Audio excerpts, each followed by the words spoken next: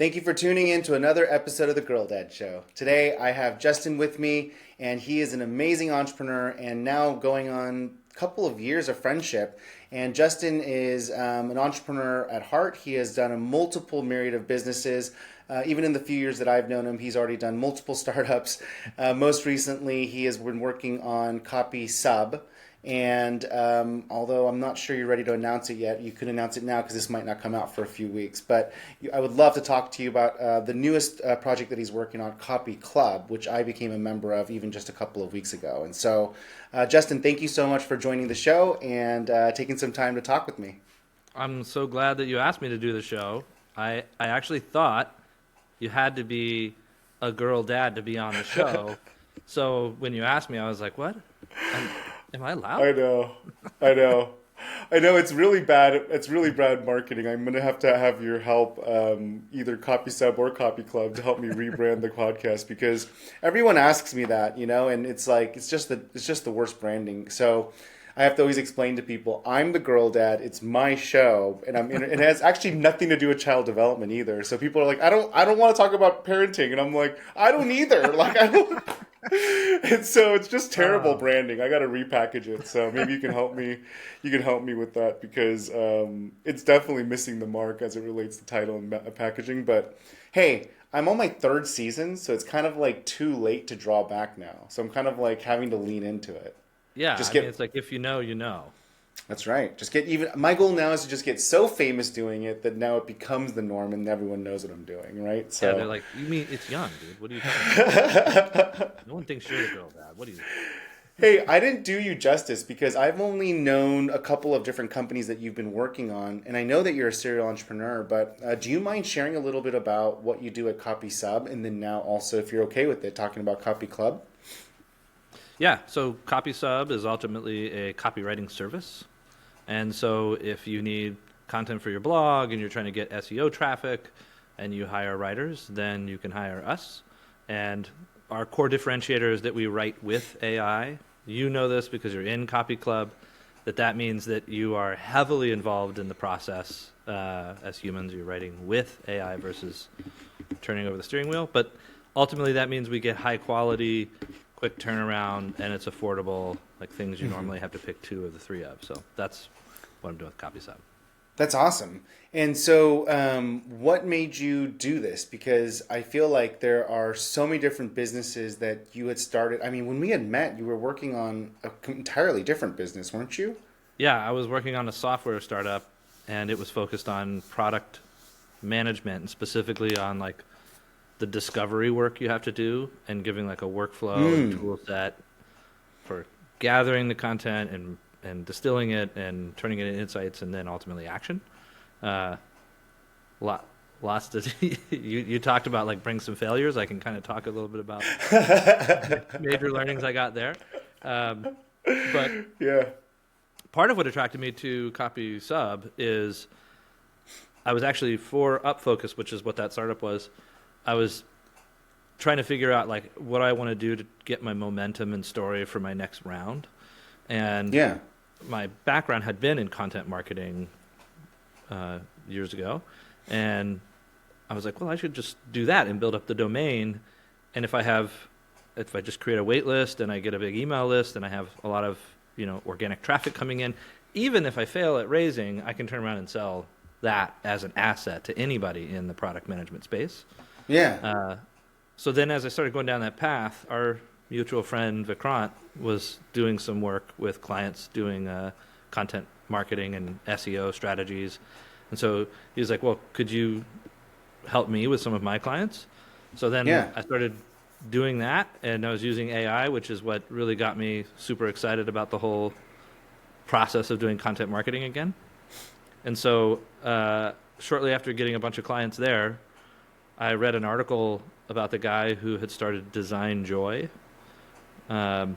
which is like a derivative of Design Pickle. He openly talks about that, which is just like design as a subscription service. Yeah. And I was like, I wonder if I could do that with content. And so then I took like 2 days, the classic story of putting together a website, and then started landing business.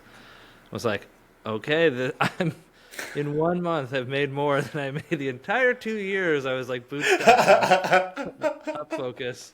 And I was like, service business. I should try this. I love that story. That's awesome, man. I mean, Yeah. it's like really funny to hear you say that because I've been kind of walking a parallel track. I wish we had been talking more often since we met a couple of years ago because over the last 2 or 3 years, all I've been doing is service businesses.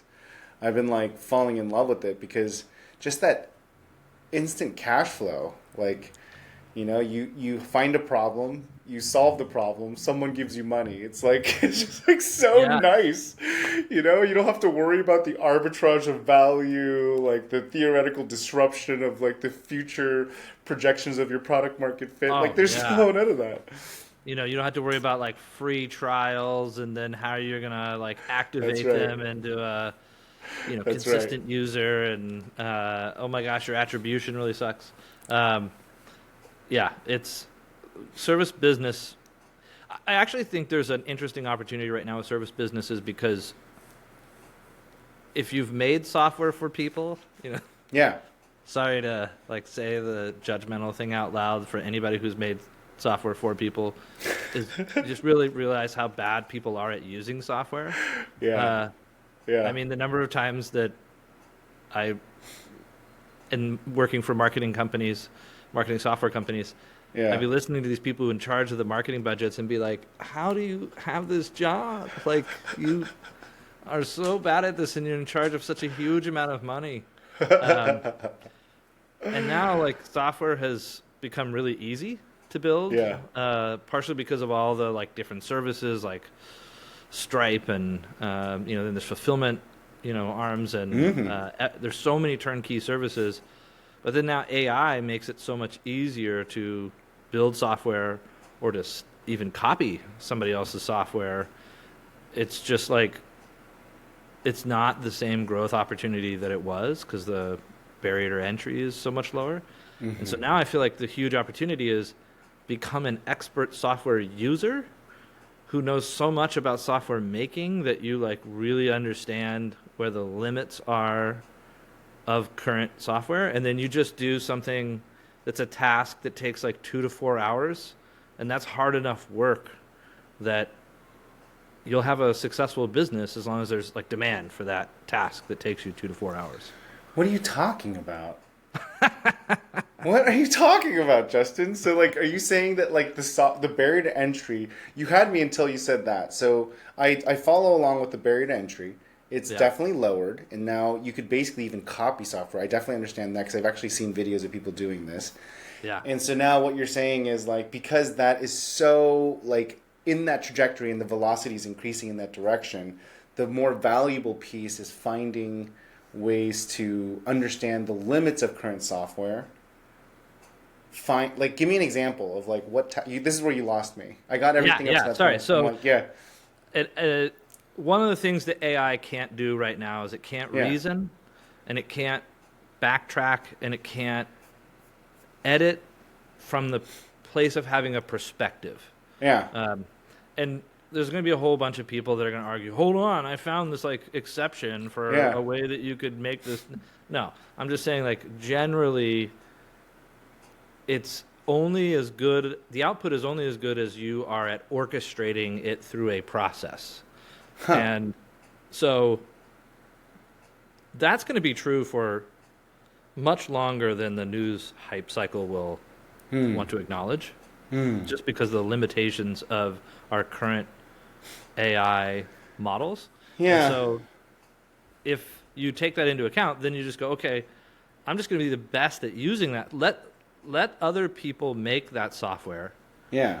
in that like overly commodified game, and then just come over to the area where there's a ton of opportunity, which is to be really, really good at using Oh, software. got it. I see what you're saying now. It And comes then you full back to the beginning. You're basically productize now. that service Got it. and Okay. make it an easy transaction.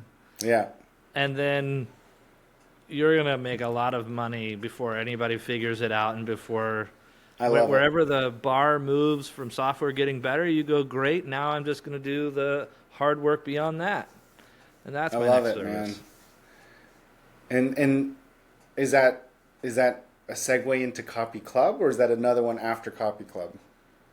Copy Because Club Copy is like Club feels more like a community play. It feels more yeah, like an aggregation of community and then finding us an audience for AI content creation. It seems like that's what you're headed into, is creating like the people that enjoy that or want to learn about it, and then you can figure out ways to market to that community, right? yeah. But you tell me, yeah. Talk to me about what it is, yeah. Yeah, no, Copy Club at its like most real why it emerged is as we were talking to people about the copy sub service, some people were like, yeah, that's exactly what I want. I'm a busy founder and I know we need to do content marketing. I don't want to necessarily hire a full-time content Right. team. And I don't have time to do it, so I want to use a service. But there was enough other people who were like, no, no, no, I actually want to be, like, I want it to be my byline, my perspective. Can you just teach me what you're doing? And then I want to be able to just do that. And at first, of course, my inclination is like, no, uh, this is my secret sauce. But then I started realizing, like, well, whatever my secret sauce is going to get stale as innovation continues to march forward. That's right. Right. That's right. So, Yeah, and some things is not going to change. I think even with the AI, which is that like the knowledge will eventually get out there. Like the ideas and concepts will get out there, right? Because there's really nothing that hasn't been unpacked. It's really the synthesis of it, the sequencing of it, and then actually helping someone execute it. Those are the three things that are actually valuable. So you could, like, what I've noticed is I built a business operating system that I now sell as a coaching program and as a cohort and all this other stuff, right? I designed it, but the reality is when you see it, you'll be like, this is nothing that hasn't been invented before. And so right. we've just been pumping it out as much as we can for free. Like I'm writing a book, I'm doing a video course, and all that's going to be free content that we're going to give out because the value isn't in the content. It's the aggregation, the sequencing, and then holding you accountable to actually getting it done. Because so many people don't do it. And then when they do it, they don't know how to like start it or what to go with first. So I think you're in the same bucket, right? Because like when you approached me about Copy Club, I had similar needs, and my thesis is really around AI and the proliferation of just content. I've just noticed ever since AI really became mainstream on the news that just like a surge of in-mails and robocallers and spam emails and scrapers and just like unbelievable amount of text messages, and it's just insane. Like I think it's like 10x, not even like double x, like 10x, just like sheer volume of stuff being targeted at me from everywhere. And I'm just like scratching my head all through Q. Yeah, hyper personalized. And then I'm talking to these startups that are like mimicking voice and like having AI. Anyways, it's getting crazy, right? And so long story short, what I'm realizing is that I think the future is going to be that we're going to be really reliant on trusted sources because there's going to be so much content that's curated for us that we're going to look for curators of that content. Yeah. And so that's why I started making the leap of investing into my personal brand. I chose LinkedIn to start. And so about, 40, this whole story, but 45 days ago, I've just been posting every single day, come hell or high water. And it's tough. It's tough to build content. It's consistency. Consistency is tough because, you have, it's like the one-hit wonder band where you have your whole life to play different shows and get audience reactions from like low stakes environments and like really figure out this is my best stuff. Then you put out your first album, you have a big hit, and now you have 6 months to make your next. And you're like, ooh, yeah, but it's like daily, and so like when you're like, hey, do you want to join a copy club? And what are you guys gonna do? We're gonna learn how to use AI to write better content. I'm like, yes, I can't get AI to like write anything. It's like terrible. So frustrating. Yeah. I mean, honestly, I think the gains, and this is like setting proper expectations, that it's like you're gonna move first of all, and we've talked about this, the example of like my son doing select basketball, and he's 10, and they're fourth graders, and they're Yeah. a lot of times using two hands to shoot the ball, and Yeah. that means you have like greater chance of inaccuracy and missing. Yeah. And so when it's like you have to switch to like no one hand, and then when you're done, you got to like flick the wrist so that it Follow rolls through. backwards, so Yeah. it like maximizes your chance that this is going to go in. When they first start to do it, you just miss a whole lot more. You get frustrated. You feel like this is a big step backwards. Yeah. And we've had like this conversation as part of Copy Club where that's how it feels when you first start writing with AI. But like I think the gains that you're going to make are going to be things like, oh, I'm 25% faster once you're going. Yeah. And, I can produce 15% more, and it's like a 30% higher quality. Yeah. So like the gains aren't these like, I'm making 10 times as much content. It's like, well, yeah, the 10 times as much content is like essentially unsupervised AI activity that produces whatever the hell it is, and it's not real signal. I'll be a commercial for your copy club, but even that one session that we had, I've already seen that marked improvement. So I'm definitely not 10xing my content output or 10xing my quality, but I'm definitely using it to create content ideas and make my brain think a lot faster, right? So now I'm able to like go, okay, here's some ideas that I can put this in, and then here's some ways that I can position it.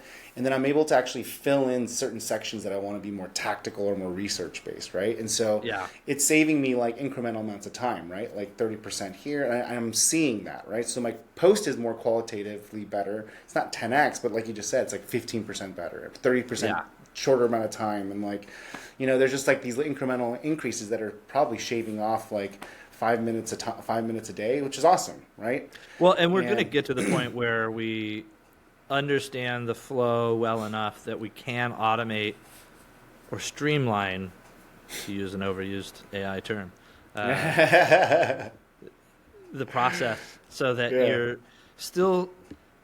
we're still learning like where do we sit in our most highly leveraged position, so that we are actually providing that like key guidance and orchestration that AI's technology is not going to be capable of for like a minimum of 10 years. Well, in 10 years' time, there is a ton of opportunity to, make a fortune.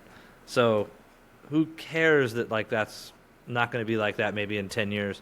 But for a long time, you're going to need people sitting in highly leveraged positions. And we're going to figure out how to like be more and more efficient about how to like put the right thing in front of us to read so that we can have with the right context so that we can give it the right key direction. And then, you're going to have consistent outperformance of people. You're like all in on this, man. I love it. You're like super all in. Let's talk a little bit more about, if you don't mind me changing the subject a little, talk to me a little bit about your last business. So did you if it's okay, it's a sort of subject, can I talk about, did you fail it? Did you close it down? Do you still have it? Like, what's UpFocus doing?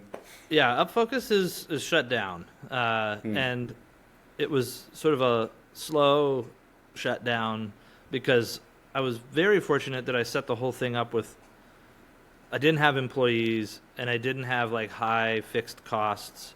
So the point at which I had tried to go raise my next round was in June of 2022, which was, like a really rough time. Yeah, like that was literally a month before everything crashed. So it's like if you weren't like already a big investment where they just needed to shore up their, highest bets, since I wasn't that, I just wasn't going to. That sucks, man. Timing is unbelievably terrible. Holy cow. Yeah. Jeez Louise. I mean, it's hindsight's 2020, right? But like, man, could you not have timed that fundraise worse? That's like literally like 2 weeks before the freaking Andreessen sent that email, and then every VC sent the same email across the country. Yeah. Oh man, jeez it was Louise. like, hard to raise money in that type of Oh yeah. climate. Oh yeah. But it also helped me actually probably face the music on the nature of my business sooner in a way that I'm really glad, which is I feel like even though I had worked at multiple startups before and I'd even started other businesses before, this was like my first time ground zero doing software. Hold on. Mm-hmm. So in that experience, I had a lot of emotional connection to the idea. And that was because the idea itself was born from some unique vantage points that I had by being a VP of product at a couple of startups. Yeah. One that was like 100 to 150 people during my time there, and then one that was around 400 people. So not huge companies, but Those are big companies, man. those are big still companies. like, 15 plus million in revenue or 40 plus million in revenue. It's all subjective. Yeah, I think those are big. I don't work at a company once they get to 400 employees. I'm out. It's too Yeah. big. Yeah. So Yeah, for me, and so that's everybody- massive. Yeah. Yeah, Yeah. exactly. So you get that it's like at that stage you are you've got some resources. Yep. There's some Structure. process that has to be in place. There's like you're operating in a very different way than you do the sort of cozy single digit number of people. Yeah. And so I could see that. So I had a couple of people leave that got bigger opportunities. Like one went on to Zillow, and she was a product manager under me, and we met up for coffee afterwards because I always told her, I was like, "You're so amazing and talented. Like one day I'll probably work for you." Yeah.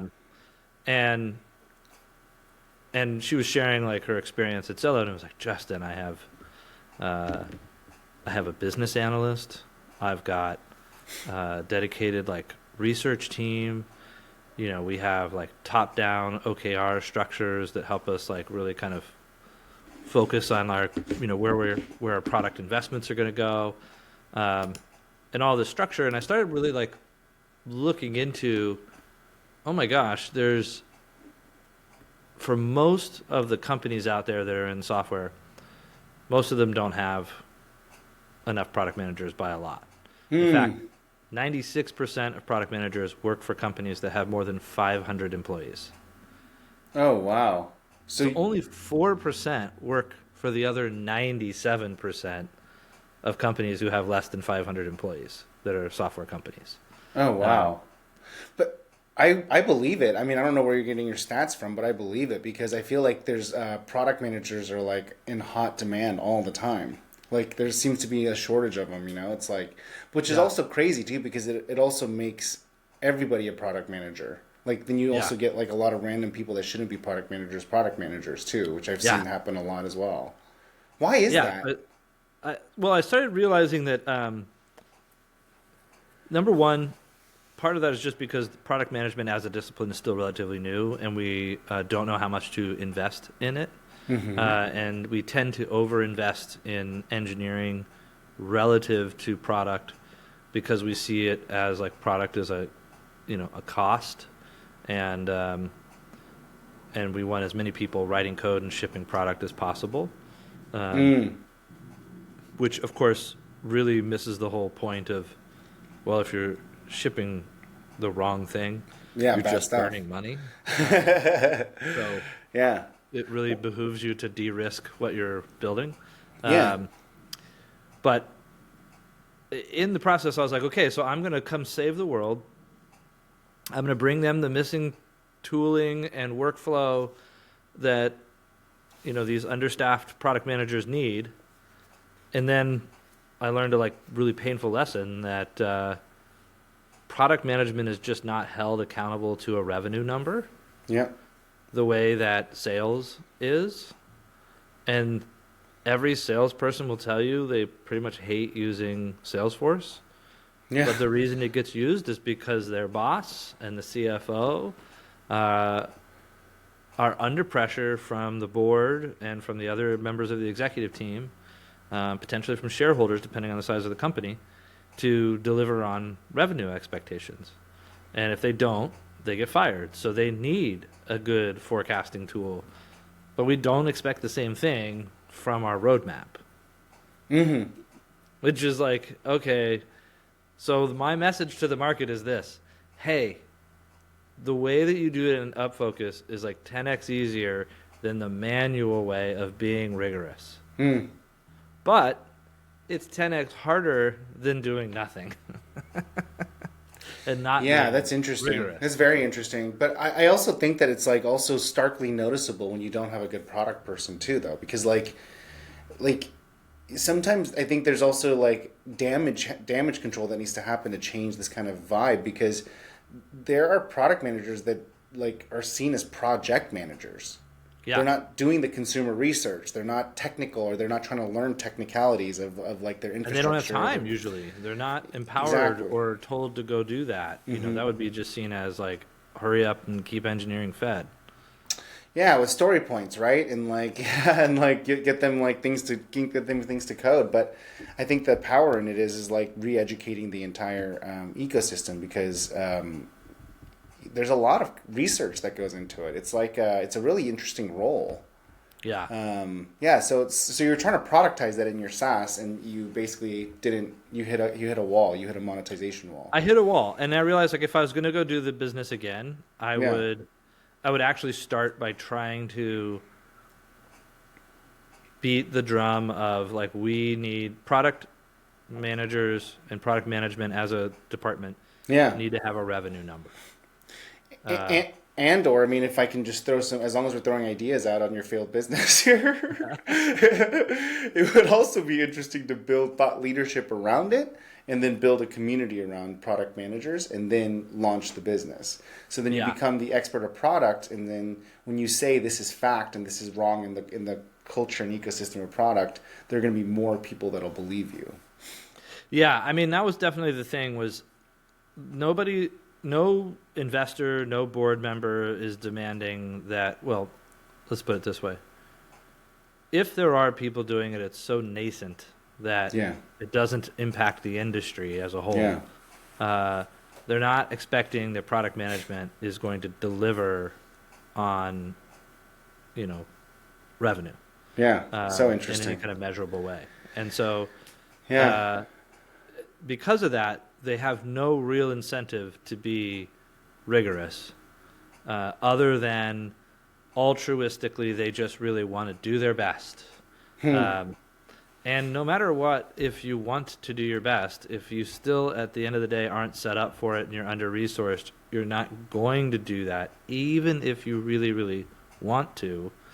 And the organization isn't going to hold you accountable for it, because they don't.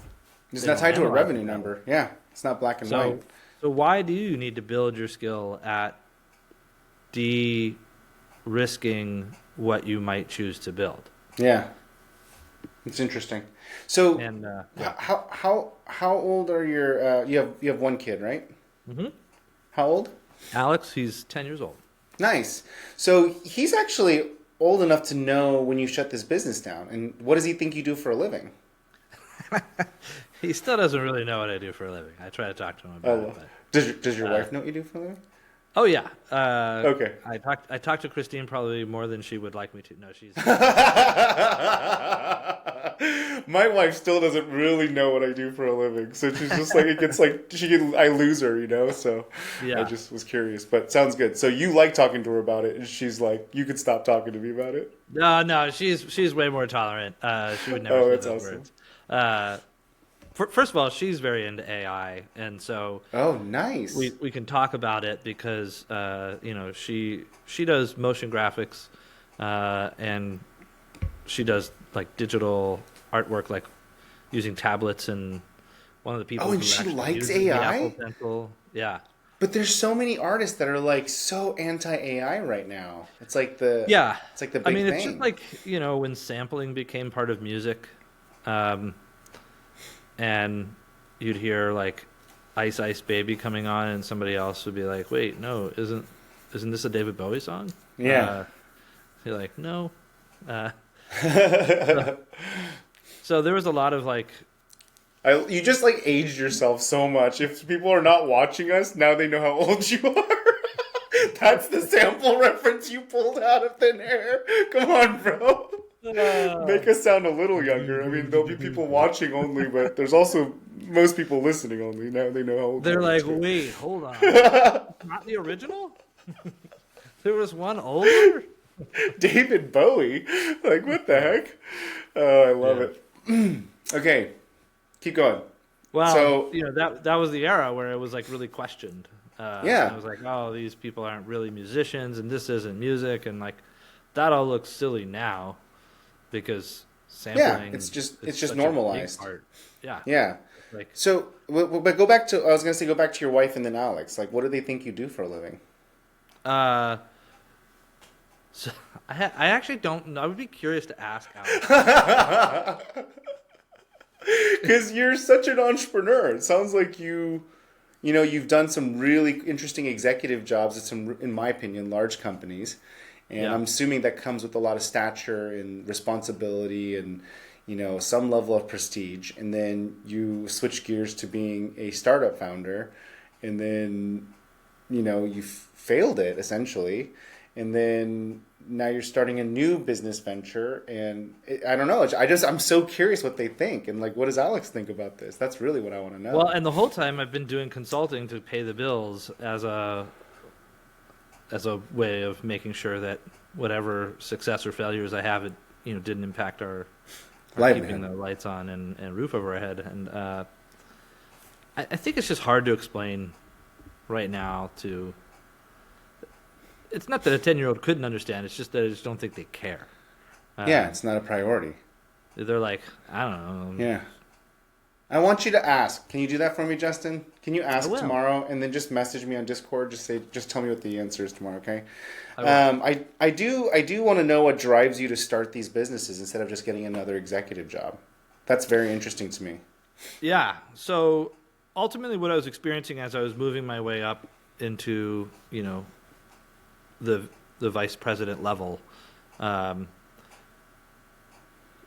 First of all, back when that was happening was pre-pandemic. So the expectation was, of course, you were coming into the office. That wasn't like even a discussion. Mm-hmm. And if you are on the exec leadership team of a company that's, a few hundred people, you're fairly visible to all the employees. And so you weren't coming in at 9. I mean, maybe some were, but you were coming in at like 8:30, if not much earlier. Like some people would be there 7 o'clock. Yeah. And that was just like because you didn't want to look like a slacker. You wanted to look like I'm here, I'm committed, I'm doing my job. And it was the same thing with getting off work. You didn't leave at 5. Certainly didn't leave at like 4:30 or 4 unless it was, hey, I have to go for blah, blah, blah reason. Yeah. It was starting to get more comfortable for parents to talk about, like, I got to go pick up my kid. But then it also meant you were leaving much earlier than that in order to like either I took the bus because parking and traffic in Seattle was a nightmare. Oh God. So I just took the bus. Yeah. You're hitting me right at the heart, man. I can sympathize and empathize with all of these stories. Keep going. Yeah. So then, you're getting home. If you leave at 5:30, for 5:30 was like I'm out of here early. Ooh, yes, 5:30. But like 6 or 6:30 was not uncommon. Yeah. If I had a deliverable to get done or meetings. I mean, as a VP, you're probably in meetings 6 or 7 hours a day, and then when do you work? Yeah, if there was a big initiative, there wasn't like, oh yeah, no, I'm leaving. And so you were already like kind of in the mindset of like this isn't for you. I just realized, so very fortunately for me, right when Alex was born, I happened to be working for a company remotely. So for his full first year of his life, I worked remote. And I only actually got 2 weeks of paternity leave, which was seen as rather generous. And so I was really grateful that I got to work from home during those times where I got to see his first words and see his first step. And, if Christine needed to go to the store or just wanted to go to the bathroom by herself, I could easily step in and help without it really impacting work. So then when our company got purchased, that's what actually brought me up to Seattle. And that's when I started going back to the office. So I had like a good juxtaposition in like 2015, 2014 for what it was like working from home as a parent and what it was like after. And, you get home at 6:30, 7 o'clock at night, which was pretty good in terms of getting off work and then making the commute home. It's like you have just enough time to do dinner, bath time, bedtime, and that was all you saw of your kid. And that was like, I don't want that. This is not for me. Yeah. Well, so why start a business? Why don't you just like degrade get a job as an individual contributor working remote again? Yeah, it wouldn't have changed the whole situation by a lot. Now it's like post-pandemic, like remote work has just exploded in terms of opportunities. But prior to that, it was, even as an individual contributor, still going into the office, and I might have been able to shave a half hour to an hour on each end of my day. But you're still 9 to 5 going into the office, and that means tacking on like an hour each side for commute. Yep. Even if sometimes you only took you half an hour, like traffic might have just not worked out that day and it took an hour. And that kind of grind was like, why would I want to do that and sacrifice mental health, physical health, time away from family, right? Stuff that's like very common to think of these days, and yeah, we're starting to do more of a reckoning of like, what are we thinking? Totally. I mean, I'll tell you right now, like even the show in itself is like kind of like in that theme, right? Like I mean, even posting content to talk about like just parenting and dad life in the workplace is just like not really normal, and like I think it just needs to be brought up to the fore, and I think it's becoming much more common because when you say it like that, it seems so obvious, but you also have a very dry way of saying it, so it seems even more obvious because of the way that you're projecting it. But so there's a lot of like nuance to the way that you're explaining your story. But like I'm like, yeah, it doesn't seem normal to do that, right? But I will tell you, I went through the exact same journey, and immediately just like hit a wall. Like I hit a wall and I literally started to get depressed, and I cycled, and I got really overweight, and I just like was really stressed out and like just completely depressed. I should have been happy. I had a really great executive role, making good money, and I was just miserable, man. Miserable. My wife's like, you gotta get out of there and we gotta do something, because everything about your life we should be excited about. We should be happy. You got an executive role, tech company, good pay, good whatever, everything's right. I was just miserable because exactly what you said. Except I was in San Francisco and we were commuting for an hour and a half to 2 hours each way. Oh God. Yeah, I would spend 4 hours a day in the BART and on the bus. Yeah, so the funny part is when Alex was first born and when I was working remotely, it was in the Bay Area. It was in San Mateo. Yeah. And before he was born, I was working for a couple of companies that were in San Francisco, and so I was taking like BART and Caltrain, and because otherwise the commute was also just terrible, and parking was expensive, and you start realizing like, why am I doing this? Yeah. So talk to me. So what does success look like for you now? It sounds like you did that experience, you turned the corner, and now you started becoming an entrepreneur and like really focusing on. Sounds like you started to focus on like time value. Like for sure. In fact, I have a concept that I call the 2040 Freedom Plan. Yeah. Which is making $20K a month, but, only working 20 hours a week. Then use the other 20 hours a week to figure out what combination of things you can do to make 40K a week off of the 20 hours. Stop doing the 20K a week stuff, then shift into figuring out how you can get to what I call freedom, which is, okay, now go from 4 hours a day to 1 day a week, 4 hours a week, then get it down to like 4 hours a month, then you're freedom. You should have been an engineer. You lost me halfway through that. But I I'm like, where's the 20/40 come? And then you said the 40. Okay. So let me break this down for you just so I can understand it.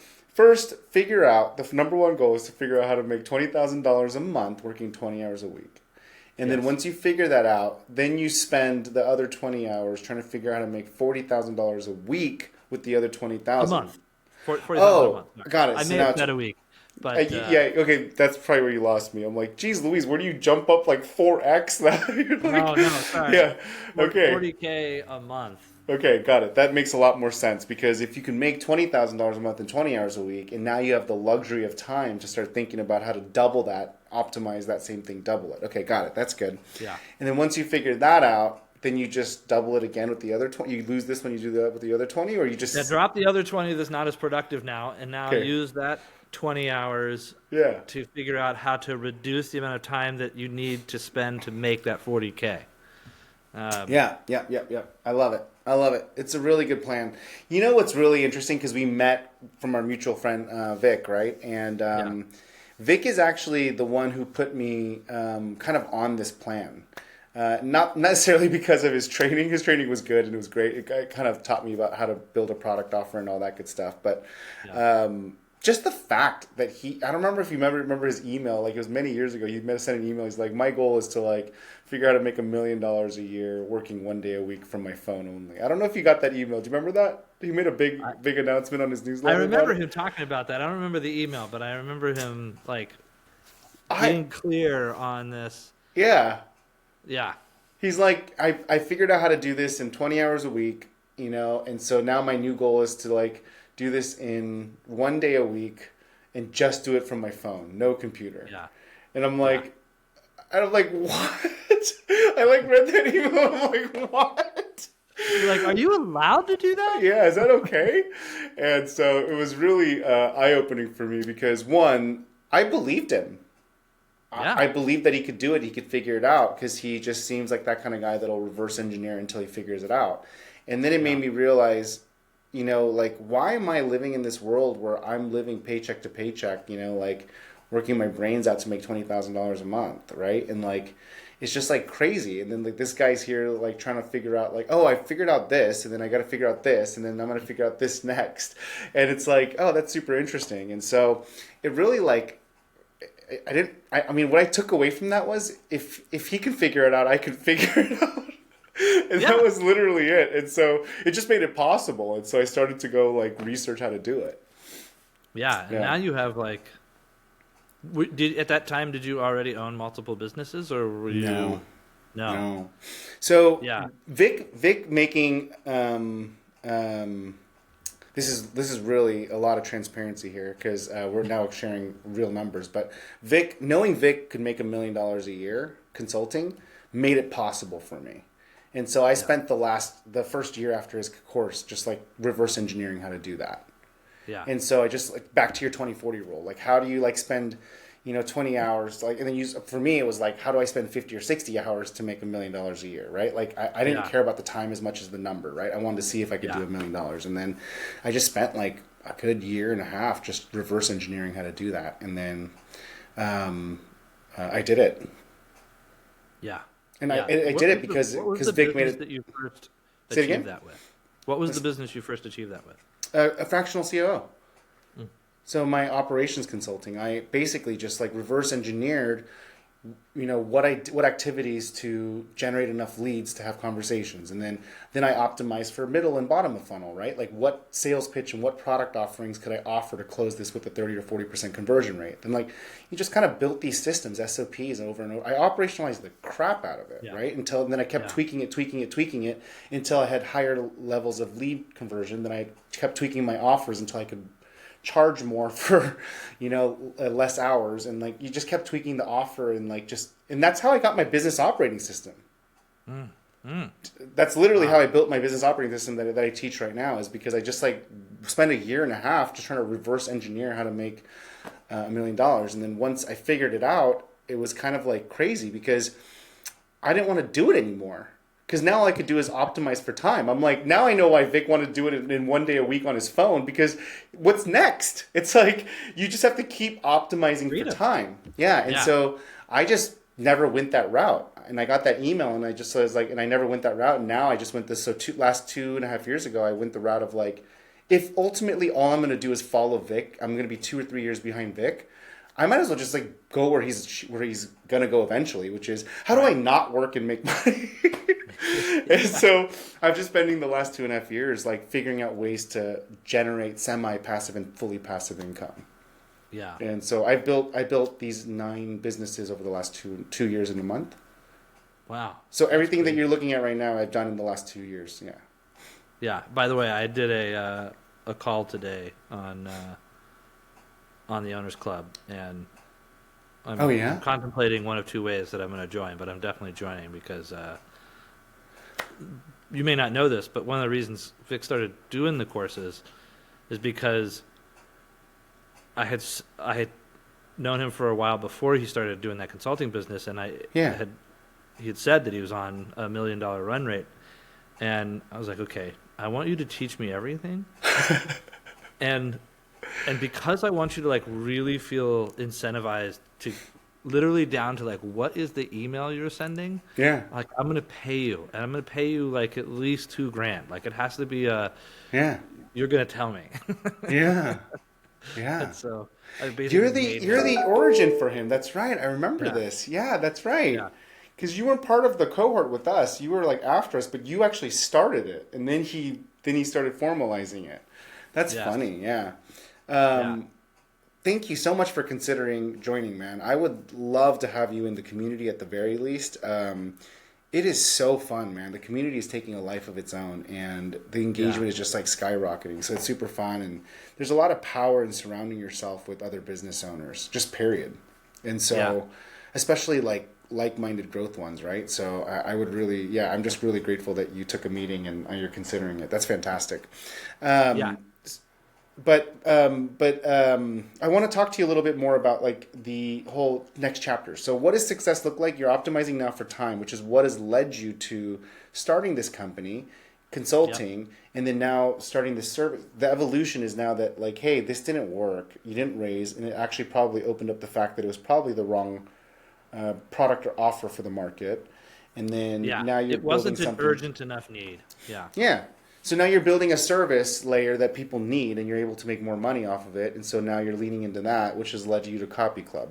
And then your wife and you are both super into AI. And what does she think about you kind of living this more high time prioritized lifestyle? Does she have the same lifestyle, or is she doing a 9 to 5? Yeah, no, she also does a consulting freelance business. She does a lot of motion graphics and video editing as part of how she makes money. And then she's been figuring out how to take some of her design skills and actually create like print on demand textile. So like she just ordered a bunch of samples for throw pillows, and there's a lot of tedious stuff for like creating products on Etsy, because you want to make sure that you have like search optimized descriptions and titles, and because people are searching for like throw pillow covers. They're not looking for so like much strategy, sunset design, whatever you decided to call your pattern. So she uses it a ton for that, and and she uses a lot of the like visual Gen AI stuff, so Mid-Journey and Dolly and It's awesome. I love it. yeah, some of those. So you guys are like the power couple, and you guys both kind of believe in this mindset. Did you guys make that shift together? That kind of prioritization shift? Yeah, I think it was pretty close to around the same time. I think I started to fall down the rabbit hole a little sooner, and then was just telling her a lot about it, and like showing her like some of what ChatGPT was capable of, and it pretty quickly like sparked some interest in her mind of like how she could start to use it, and then she's gone crazy with it like I have. Yeah, that's awesome. And then you still want to implement the 2040 rule? Like you're still trying to get that 2040 going? Okay. So if that's the case, that I can see that being what you qualify success for your finances and your business, and kind of like trying to find the business that'll help you do the 2040. What do you qualify success for your parenting life? What's success look like for you as a dad? My definition of success for parenting is that you're trying to reduce the frequency and severity with which pain happens to your child. You're not going to stop them from getting hurt. Yeah. You're just trying to make sure that once they do get hurt, that the next time that happens is less frequent and less painful. It's just like the 1% rule in reverse, right? Just 1% less often and less painful. I love it. That's a good success barometer. Why are they getting hurt so much? Why is that? No, I just that's my that's not, your not that's your physical pain. Just like got it. Okay. Life lessons and that's all awesome, that. man. So that's good. Did you grow up with an entrepreneur family? I did grow up with an entrepreneurial family. My mom did daycare at home. Oh, nice. And my dad started multiple businesses, speaker and high-end furniture retail company where he did custom designs. Plus, he had like furniture sales and things like that. So he's always been entrepreneurial and doing different things. And my mom has been an artist, and even now she's like essentially does field sales, which I consider field sales reps to be like entrepreneurs. Yeah, totally. In many ways. Yeah, they're entrepreneurs. Yeah. Yeah. Yeah, totally. That's awesome. So you got to kind of see that, and you got that little visibility and approachability by watching your parents do it a little bit. Yeah. Huh, yeah, and I think what great. ultimately motivated me too is that even though my parents were doing that and they had experienced different levels of success, I grew up low income, and we had a lot of there's certain foods I don't like to this day because it just reminds me of being young and poor. And you mean like crap food, like cheap food? Yeah. Like it's like PTSD. Oatmeal. Oh, really? That's funny. Oatmeal, there's high quality oatmeal you can get now. I know. It's like cut oats, and I'm like, yeah, it's just that's funny. Poor porridge. Yeah. But I guess I always just knew like there wasn't money for me from my family to pay for college or to put a down payment on a house, or pay for a wedding and like things that normally you get help from your family with. And I knew that there wasn't going to be a safety net. Like there's no inheritance coming. And so whatever I was going to experience in life was going to have to come from making it. And nobody makes it on their own. Like you definitely need luck on your side, and you need support from people around you to make it. But like that was my chance. I had to figure it out, and so it was a lot of that made it like pretty clear I had to do something. I thought that it was not a good idea to try to just work my way up in the corporate world as the way to quote unquote make a fortune. I realize now I probably could have. If I'd have just done some higher paying jobs and been, more focused on that and saving and, a lot of what the FIRE movement and some of these things have all figured out now. Mm-hmm. But I wasn't aware of that. Nobody taught me any of that. So Yeah. I was like, I got to go out and make money as an entrepreneur. Yeah, totally. I'm with you, man. I mean, I hear you, dude. I mean, we grew up very humble beginnings as well, and very similar story as you, and I totally empathize with all of that. But the one disagreement I have is, and it's not really a disagreement, because I do believe that there is luck, and I do believe that you have to have a support system, but I do think you can optimize for it. Like, you can do a lot to manufacture your own luck, and so I think it kind of goes back to, like, both of us posting on LinkedIn, around the same time, like, putting ourselves out there and, like, letting the world come to us and, failing forward, so to speak, and projecting into the world what we want, because you can create a lot of luck just by raising your hand. You know what I mean? And, for sure. And I definitely agree with, like, we can, when I say you need some luck, is even when you're trying to create luck, you still just at some point need a ball to bounce your way, or not bounce away from you. Like a fairly formative thing for me was when I was in high school, I had an older brother who passed away in a car accident, and so that was like, didn't matter what he was planning on doing, he met an unfortunate early end, and wait, so, what? Yeah. Wait, how old were you? I was 17 at the You time. were old. Yeah, old enough that it was very clear. Oh my gosh, I'm so sorry. Yeah. Wow. So you have, like, a very keen perspective on what you have and mortality to a certain degree. Man. Yeah, it was like the first time I realized, like, why older people used to say, "Oh, young people, you think you're so immortal." I was like, I don't think I'm immortal. I think I'm gonna die. And then I realized, like, oh, you meant, like, I just don't think I'm gonna die right now, because you're right, I don't.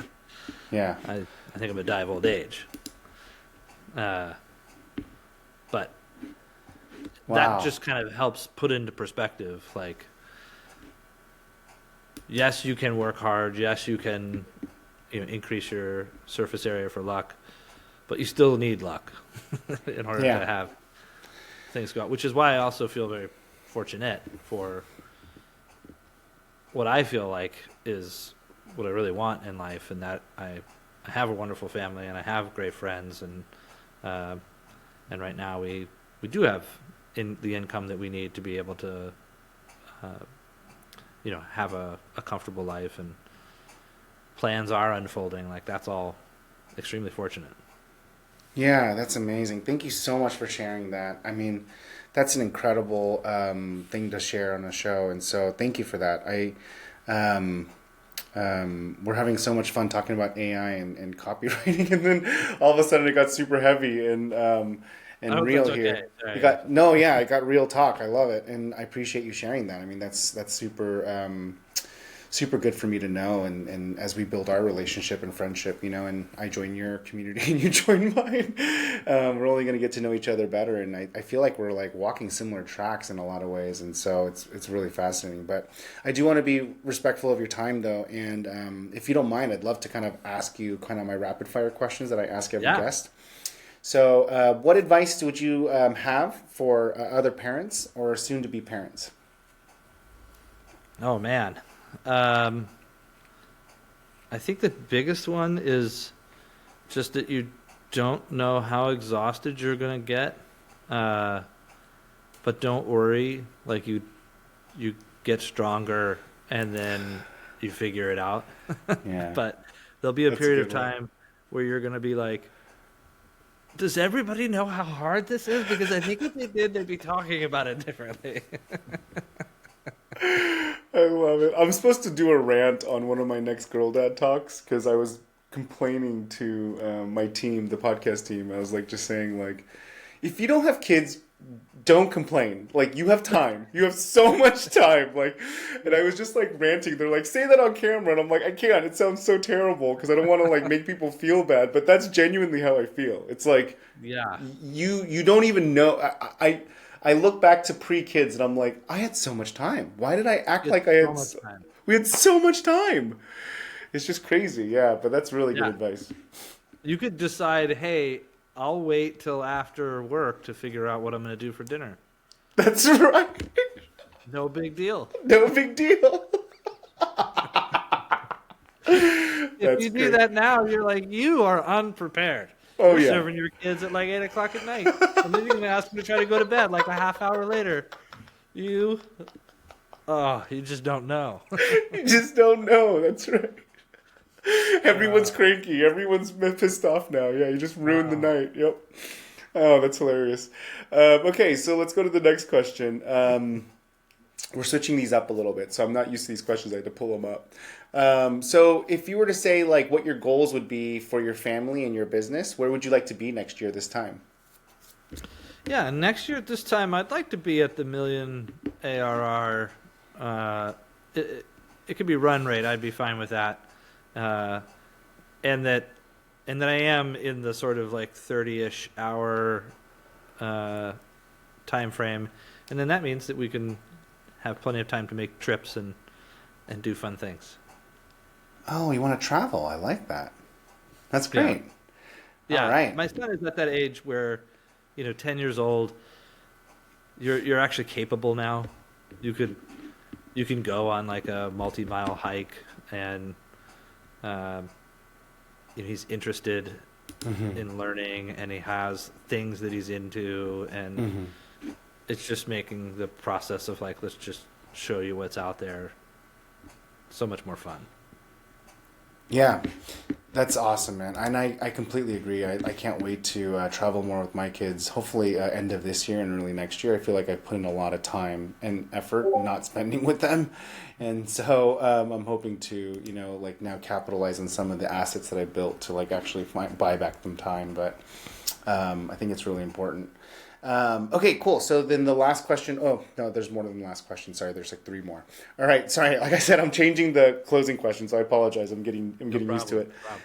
Can you share one of the most rewarding experiences you've had so far as a parent? Do you have one that really stands out for you? Ooh, gosh. This is recency bias, so I'll acknowledge that. But again, Alex is in select basketball right now, and one thing that has been going on is he had his first moment of feeling like I just want to give up. It was during a game, and so we had a conversation about grit and pressure in the moment, and like I was able to ask him some good questions to get him to, because at first what he says, I didn't feel good. And I was like, like you feel like you want to puke, or like what do you mean by you don't feel? Is like your sore stomach? And then he was like, after a couple of more questions, he said, it was because he started and it was his first time starting. He said, the other starters are so good, and I just didn't want to make a mistake, and then they blame me. He felt the pressure. And first of all, just once your kids are around 10, you start to talk to them about emotions and things that they're feeling that they don't have the words for. Most of us don't have the training for how to like talk about it. But having him, just acknowledge that that's what he was feeling. First of all, I felt like, yes, I learned what he was actually feeling in the moment, and that changes a ton about like what to say or do. And not that it's like I'm going to solve the problems for you in life, but obviously you're hoping that you can do that. And it's just an opportunity to say, hey, you probably are going to make mistakes, and look, some of the other starters do make mistakes, and it isn't about whether or not you make mistakes. It's about whether or not you let those mistakes stop you.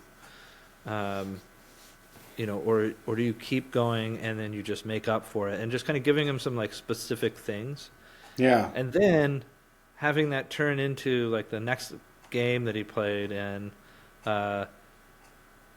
he like just looked his best, and I just really felt like he went in with more of the right mentality, and that's a pretty rewarding feeling. It's Heck yeah. complex the levels, but Dude, I love it. That's like hashtag dad life right there. Dad win. Hashtag dad win. That's amazing. You were like his friend, you were his dad, you were his mentor, you were his coach all in one instance. That's a beautiful story, man. I love it. yeah. Cool. Let me bring it home. There's supposed to ask you a controversial question to spark up some spice here. So I'm going to ask you the one that we've been talking about. What are your thoughts on AI for your kid? Are you going to let your kid use AI? You're going to let your kid try to do it the old school way? And how do you think about AI and your kid in school, education, and work? Yeah, for sure. So the way I feel about AI is like the way I feel about calculators. You need to know how to do the math without the calculator.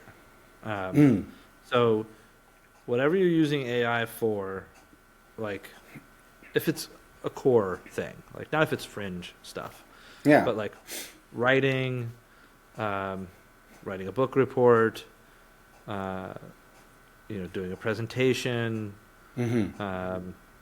studying for a spelling test, like whatever you're doing, like you need to know how to do that without the assistance of a machine. At the same time, I'm going to teach you everything that you need to know to be a leader among your peers in terms of how to use these tools. Because you darn well better believe there's nobody who has a job in finance that is penalized for using a calculator.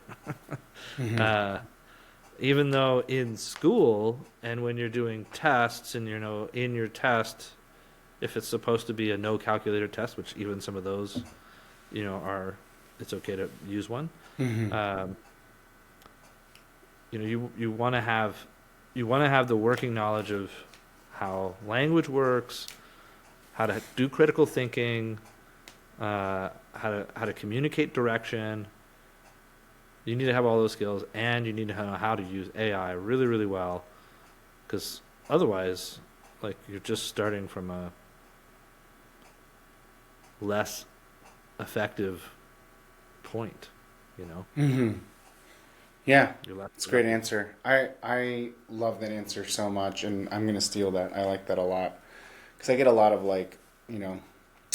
for me, not for my kids. My kids are not using AI right now. They're too young. But for me, I get a lot of grief on it, right? And it's just kind of it's like a very controversial topic as we think about like usage. But I like the idea of like, do you know how to do the thing, and then does it make you faster? Or is it a tool versus like a crutch?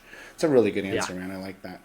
All right, bring us home. Favorite book or book that you recommend or you like to go to regularly? Ooh. There's two that I talk about pretty frequently. One is the 48 Laws of Power. Oh gosh, I love that book. Yeah. I love the opening of it where it's like, there's not just 48. I'm not saying that you have to follow these rules. We're just talking about how power flows, and you just need to be aware of it so that if you're observing or transgressing a rule, you're doing it knowledgeably, not because you didn't know. And then the other one is Super Forecasting, which... Is it a financial book? Oh, here it is. It's this one. What is it about? So it's about prediction, and the author was famous for a study that was like, experts, whether that be like people picking stocks or predicting the weather, their percent chance of being right is no greater than the chance of like putting answers up and letting monkeys throw darts, and if they hit the correct answer, like they were like, they're about the same percent chance of being right. Got it. But in super forecasting, what he's saying is there actually are people who can consistently be more correct at making decisions over time, and so it's all about like how do they do that? How do they actually break down problems so that you can have better judgment? And I used a ton of that in trying to think through the cognitive biases in our decision making that a startup like UpFocus could help. Cool. But yeah. So those are your go-to books? Well, they're just two that kind of come to mind when you ask this question. No, I love tend to it. be more of a nonfiction fan than fiction. No, it's freaking awesome. I love it. I think that that's really great. I mean, I'm mostly just asking to add to my book list. So I have never read Super Forecasting, so I'll add it to my list. But Justin, that concludes my interview, man. Thank you so much for taking the time and sharing with me what you're working on, how you're thinking about parenting and what led you to this journey of yours, and also just sharing like all sorts of things from like deep things in the past to things that you're working on now. And it's just been very enjoyable. Appreciate you spending the time with me. Absolutely, man. I appreciate you having me on here, and excited to be able to help share it when it comes out. Yeah, heck yeah, dude. It'll be LinkedIn content for both of us.